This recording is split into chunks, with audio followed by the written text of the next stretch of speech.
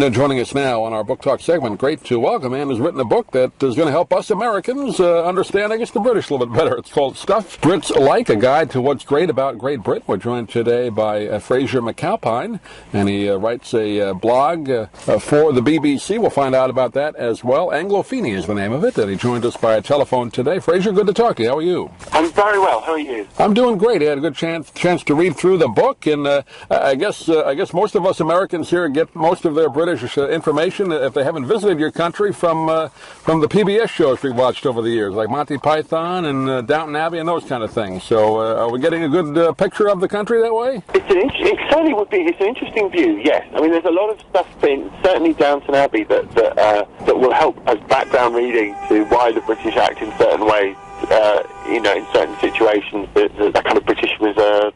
That's a very real thing. And there's a chapter in the book as well on melancholy, because I think that's the closest you could get to explaining why the idea that certainly Englishmen walk around with a stick up their bum. That's they're a little bit too uptight. And it's because they're a little bit sad. And I think they think, well, I could dance all night long and throw myself into a bacchanalian orgy of debauchery, but what's the point? and I genuinely think that's a very British view of things. That it's not seeing yourself as above, other things. It's just seeing yourself as not being part of. So I think Downton Abbey will help with that a lot, because there's that. You realise with Downton that it's a very hidebound, class-riddled society. Well, not so much now, but it has. That's where our history comes from, and our national narrative is not one of all men are created equal. It's know your place, and it's different. It's just different. So you have to find ways of dealing with that. One of the ways that British often deal with that is to be irreverent and to poke fun in a way that won't necessarily get them arrested. So British humour is often... Monty Python's a perfect example. That in reality, as individuals, the five writers of Monty Python, Terry Gilliam excluded, were very angry about the way the British class system was set up and the establishment. But the way it came out is in extreme silliness. And that's sort of a very British trait. You abstract the vile from the situation. You cock a snook rather than punching a face. I grew up with that show, and I remember another show, living in New York, watching it on PBS, The Two Ronnies. They were kind of almost like a British version of Laugh-In here, kind of making fun of the news and that kind of thing. I thought that was one of the funnier shows I've seen from Great Britain. It's one of our most cherished shows, The Two Ronnies. The two writers, Ronnie Corbett and Ronnie Barker, who had worked with John Cleese before when they did the David Frost show. Right. Doing basically quite broad sketch comedy, but really well. And there's a lot of... Ronnie Barker in particular used to write these amazing sketches that were based on verbal tics. And there's a sketch where they're doing a quiz show, Mastermind, and the person answering the question says, I'm answering questions that have been asked one out of sync, I think. I can't remember how they explain it. So essentially, they're asking questions, and he's answering the question before the question that's just been asked. So the answers, and that juxtaposition is astonishingly funny.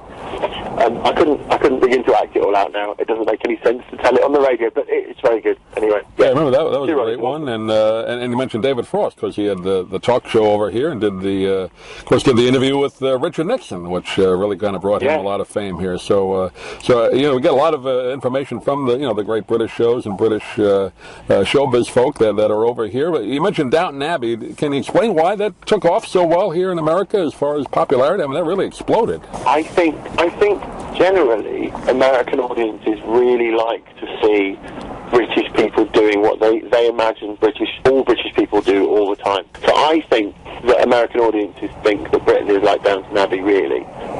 Certainly, and although that's an Edwardian view and it's sort of, it's 100 years out of date, that is what they think of Britain, in the same way that you can't think of New Zealand without picturing Hobbiton. And, there's just that element of kind of, that's what they think Britain is like. So even though there is evidence of, Doctor Who or Sherlock or all of these other shows which are far more modern, Downton Abbey and Call the Midwife as well, both fit that kind of view of Britain as being a country that's not only stuck in the past, and I don't mean that in a tragic sense. I think people think it's quite nice that Britain is so traditional, but it has values and sort of ethics and codes of honour that are not applicable to the modern world. But actually, that's why Downton Abbey was a big hit in England as well, in Britain. It's kind of like what Dallas was here. Remember the show Dallas in the 80s and 90s? Yeah. A lot of people thought America was exactly like that. Some of it's like that, but not totally. So it's same kind of thing, I guess. Well, that's absolutely that. Yeah, it's exactly that. People, you get this really strange ideas. The British always have, on a Sunday night, they always have a drama of some sort that looks back at the past and is set in the past. There's a long history of dramas like Downton Abbey and Call the Midwife, where they're sort of examining modern issues through the lens of the past, and that's where that comes from. It's a very reassuring thing to do just before you start your working week again. And so it's fascinating that would be something that took off in America in quite the way that it has. But if you think about the other things that are big in America that were British to start with, like 4 weddings and a funeral, sure, that's also posh people being classed with and hidebound, but acting in a slightly unorthodox fashion. So I think that is the view. I think people just think that's what we're like. You talk in the book too. Other things I think Americans kind of look at it. British tabloids, the newspapers over there are always entertaining. The headlines, the pictures too. Yeah. And that's kind of a British thing. At least we think all the newspapers might be like that. I know they aren't all like that, but there is that element, right?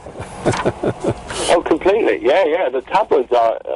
They have a uniquely British tone of voice, and it is about, they're trying to appeal to everyman, the British everyman, and so they will use silly puns, and they will assume that everybody needs to have the insider information that only they can provide, and so it becomes, if you think about them from how those tabloids are put together, it can look like quite a pushy organisation, but their editorial stance is very much kind of, we are you, and we are getting you what you need to know, and you need to be entertained by what we write. And then, so if they're celebrating a football win and there's a good pun that they can throw at it, then so much the better. We get a little bit of that with the New York Post here. Oh, do you? Okay, I'm glad it's similar. Not kind of outrageous. Well, I guess it's owned by an Australian, which I guess took from the British tabloid, so it's similar. But I know we have limited time today, Fraser, but just kind of give a thumbnail a little bit. Some of the other things in the book people get some fun out of, differences between us and what the Brits like. Well, one of the big ones is, and I know this to be a bone of common interest, is chocolate that tastes of chocolate. The British chocolate bar is better than American chocolate bars, and I know American people that say this, and I think it's enough of a common observation for it to be stated as fact now that Hershey bars don't taste of anything except dust, and British chocolate bars taste of chocolate. So all the Cadbury bars and things like that, and there's an enormous range of chocolate. And the reason why American candy bars are called candy bars is because they don't taste of chocolate. And the reason why British chocolate bars are called chocolate bars is because they do. But there's also there's a lot of stuff in there that is just peculiar to Britain, like the radio shows and TV shows that we hold close to our hearts that Americans may not even know about, like the shipping forecast. Is a broadcast on BBC Radio 4, and it's just a forecast of how the seas will be around the island of Great Britain, and it mentions all of the various shipping areas by name, because they're all named, but there's something in that broadcast that can conjure intense homesickness in Brits living abroad. And so they'll be reading out these words, Cromarty, Fisher, German Bight, and they'll be saying what the going is would be like on the sea, moderate or good, what the prediction is for whether it's safe to sail. But for some reason, it attains the status of poetry when you just listen to it. You have no idea what the information you're being given is about, and I haven't. And one of the broadcasters of the shipping forecast said, the thing with the shipping forecast is, it is information first and poetry accidentally, but it is poetry. Just it sounds good, if nothing else. Exactly, but it's beautiful. So beautiful, in fact, that the lead singer of the band Blur took information from the shipping forecast and made it into a song. And it's a really evocative song called This Is a Low, and it's wonderful. So and there are lots of those little hooks where if you grew up with a particular noise and then you just, that you wouldn't, unless you've grown up with it, you wouldn't be able to associate that with anything important, and if you're visiting Britain you wouldn't think anything of it. But it's crucial to British cultural life, and there's loads of bits and bobs like that in the book. book is called Stuff Brits Like, a guide to what's great about Great Britain. We've been talking with Fraser McAlpine today. And Fraser, give out your website, or people get read your blog if they like. The blog is BBC America's blog, and it's called Anglophenia. And it's I think if you just Google Anglophenia, you will find it. And we write a lot about Doctor Who and Sherlock and the kind of Hollywood stars, the British stars that are making it big in Hollywood. So Benedict Cumberbatch and Tom Hiddleston, and but we also write a lot about cultural things, and it's an ongoing project to detail everything in Britain that Americans don't know about British people. Great. Fraser, pleasure talking to you. One of these days I'll come visit your country, but in the meantime, we have this book. So thanks for joining us today. Thank you very much for having me. If you'd like to order the book we're talking about, please go to DougMilesMedia.com and enter the author's name in the Amazon search box. Thank you for listening. Please come back soon for more conversations here at DougMilesMedia.com. This has been a presentation of Doug Miles Media, all rights reserved. You can listen to or download previous programs at iTunes, Stitcher.com, or Doug Miles Media.